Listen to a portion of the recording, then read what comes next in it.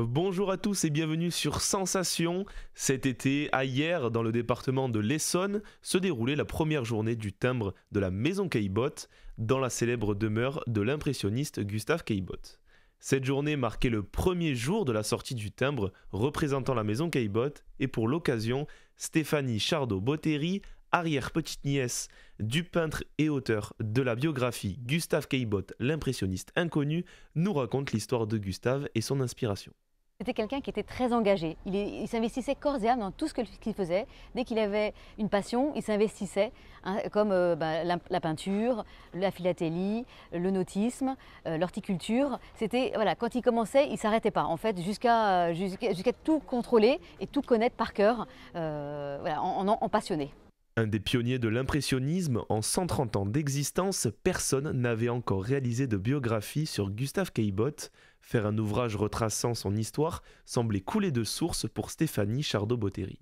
Je suis très contente. Ça fait longtemps que je voulais qu'une biographie sorte sur Gustave, qu'il n'y en avait pas. En 130 ans de vie, il n'y avait pas de biographie qui permettait à beaucoup de connaisseurs de savoir exactement qui était-il, quelles étaient ses passions, quels étaient ses amours. Et donc grâce à ce livre, comme ça, ça me permet un petit peu de parfois de dire la vérité, retracer Caillebotte à travers l'histoire de l'impressionnisme.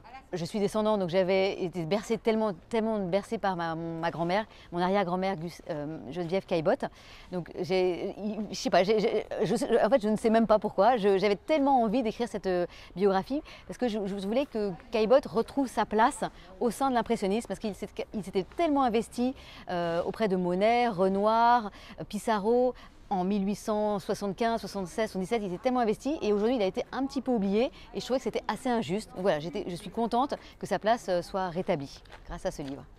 Gustave Caillebotte, l'impressionniste inconnu, un ouvrage sorti en mai 2023 dont le nom laisse cours à l'imagination, Stéphanie Chardot-Botteri.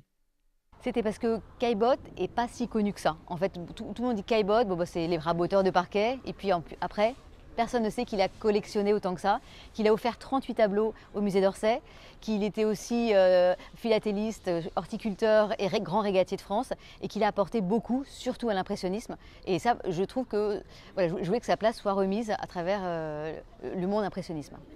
Un livre qui en amont aura demandé beaucoup de temps de recherche et de fouilles, pour retracer l'histoire d'un impressionniste qui a vécu il y a plusieurs siècles. J'avais beaucoup d'archives familiales quand même. Après, j'ai compulsé les archives publiques, les lettres, essentiellement ça, voilà. Les lettres et des petites notes à droite, à gauche. Mon grand-père avait des petites notes, des photos aussi. Et aussi les tableaux m'ont aidé, m'ont aiguillé, parce qu'il y en a certains qui sont datés. Donc ça permet un petit peu de voir sa vie à travers ces tableaux aussi. En collaboration avec la filière Filaposte de la Poste, la Maison Caillebotte a vu naître le timbre à son effigie et sa dessinatrice Geneviève Marot était présente pour l'occasion. Illustratrice pour l'édition de la presse et reporter graphique, elle nous explique la genèse du projet. Alors ça fait depuis 2009 que je travaille pour Filaposte. Il me passe régulièrement des commandes de timbres, de vignettes Lisa, les timbres à date, puis tout ce qui est autour, c'est-à-dire les documents philatéliques, les souvenirs, tout ça, sur des thèmes variés à chaque fois. Et donc là, c'était une commande pour la Maison Caillebotte, dans ce cadre-là. Voilà. J'ai eu tout à faire, ce que j'aime beaucoup faire, c'est-à-dire pas faire seulement le timbre ou une partie, mais là c'était vraiment l'ensemble des documents philatéliques. Dessiner la Maison Caillebotte, demeure du célèbre impressionniste du 19e siècle, c'était un projet très significatif pour Geneviève Marot, avec le lien entre son métier et l'impressionnisme. Ah oui, parce que en fait, la descendante de Gustave Caillebotte nous a expliqué tout à l'heure qu'elle avait écrit une biographie sur un peintre méconnu. Pour moi, Gustave Caillebotte, il fait partie de mon univers pictural depuis que je suis enfant et j'ai une grande admiration. Du coup, quand on m'a confié la création de ce timbre, pour moi, ça avait une vraie signification. D'autant plus qu'il n'y avait pas seulement la maison, avec le côté très linéaire. C'était vraiment dans le cahier des charges de faire un timbre avec un graphisme très linéaire. il y a eu aussi la création dessiner son portrait d'après un autoportrait qu'il a fait. Et du coup, il y a eu un jeu de regard, ce que j'expliquais tout à l'heure, hein, qui était, moi qui m'a beaucoup émue. J'étais vraiment en relation avec Gustave Caillebotte, que j'admire depuis si longtemps. La maison Caillebotte était mise à l'honneur avec sa représentation gravée sur les timbres qui sera commercialisée et disponible pour le grand public. Ancienne demeure de la famille Caillebotte, elle fut le point d'ancrage à la carrière artistique de Gustave Caillebotte. On écoute Valérie Dupont-Aignan, directrice de la maison Caillebotte. La maison Caillebotte est la maison de Gustave Caillebotte, le peintre impressionniste, qui a vécu ici entre les années 1860 et 1879.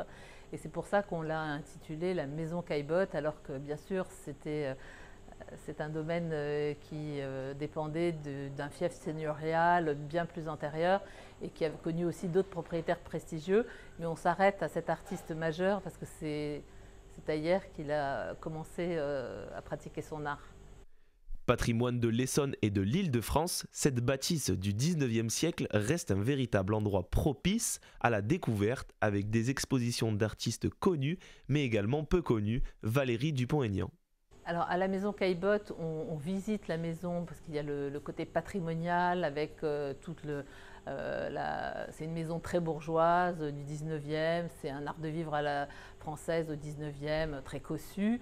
Donc on voit toute ce côté d'ameublement très très chargé et qui raconte aussi une histoire. Mais c'est aussi un lieu où on peut découvrir des expositions d'artistes d'aujourd'hui, d'artistes du 19e souvent, et d'artistes aussi d'aujourd'hui, puisqu'on accueille des artistes d'aujourd'hui, mais qui ont peut-être pas été assez connus ou peut-être pas assez montrés. Voilà, c'est un peu notre ADN, c'est de montrer des choses qui sont un petit peu différentes des choses qu'on peut voir ailleurs, mais toujours dans cet état d'esprit. Aujourd'hui, dans son acception actuelle, on retrouve toute l'histoire de la vie de cette famille Caillebotte avec ses frères, parce qu'il avait 3 frères. Il avait une histoire aussi familiale intéressante. Et on retrouve tout le parcours de cette histoire familiale avec aussi des reproductions de ces toiles qu'il a peintes pendant son séjour hierois. Parce que c'est ses années de formation hier. Il arrive quand il a 12 ans. Et il va rester 19 ans dans cette maison, avec sa famille bien sûr, pour toutes les vacances intermédiaires et pour tous les week-ends. Ami proche de Auguste Renoir ou encore Claude Monet, Gustave Caillebotte s'est fait connaître par le biais de l'impressionniste, mais aussi pour son côté collectionneur. Une notoriété qui fait le privilège de la ville de Hyères, Valérie Dupont-Aignan. Pour la ville de Hyères, c'est formidable parce qu'en fait, nous avons eu la chance d'avoir la maison Caillebotte à Hyères, mais Hyères a eu aussi la chance d'avoir Gustave Caillebotte. C'était un donnant-donnant. Beaucoup de gens viennent parce qu'ils connaissent Caillebotte. Alors, ce n'est pas évident parce que Caillebotte est mort très jeune, donc peu de gens l'ont connu à l'origine, enfin dès qu'on a pu le montrer. En France, on ne l'a découvert qu'en 1994, par exemple, alors que Monet est au sommet de sa gloire en 1894. Donc nous, on a 100 ans de notoriété à rattraper et on découvre ici la vie de cet artiste dans cette ville qui est une ville très calme du sud-est de la région Île-de-France.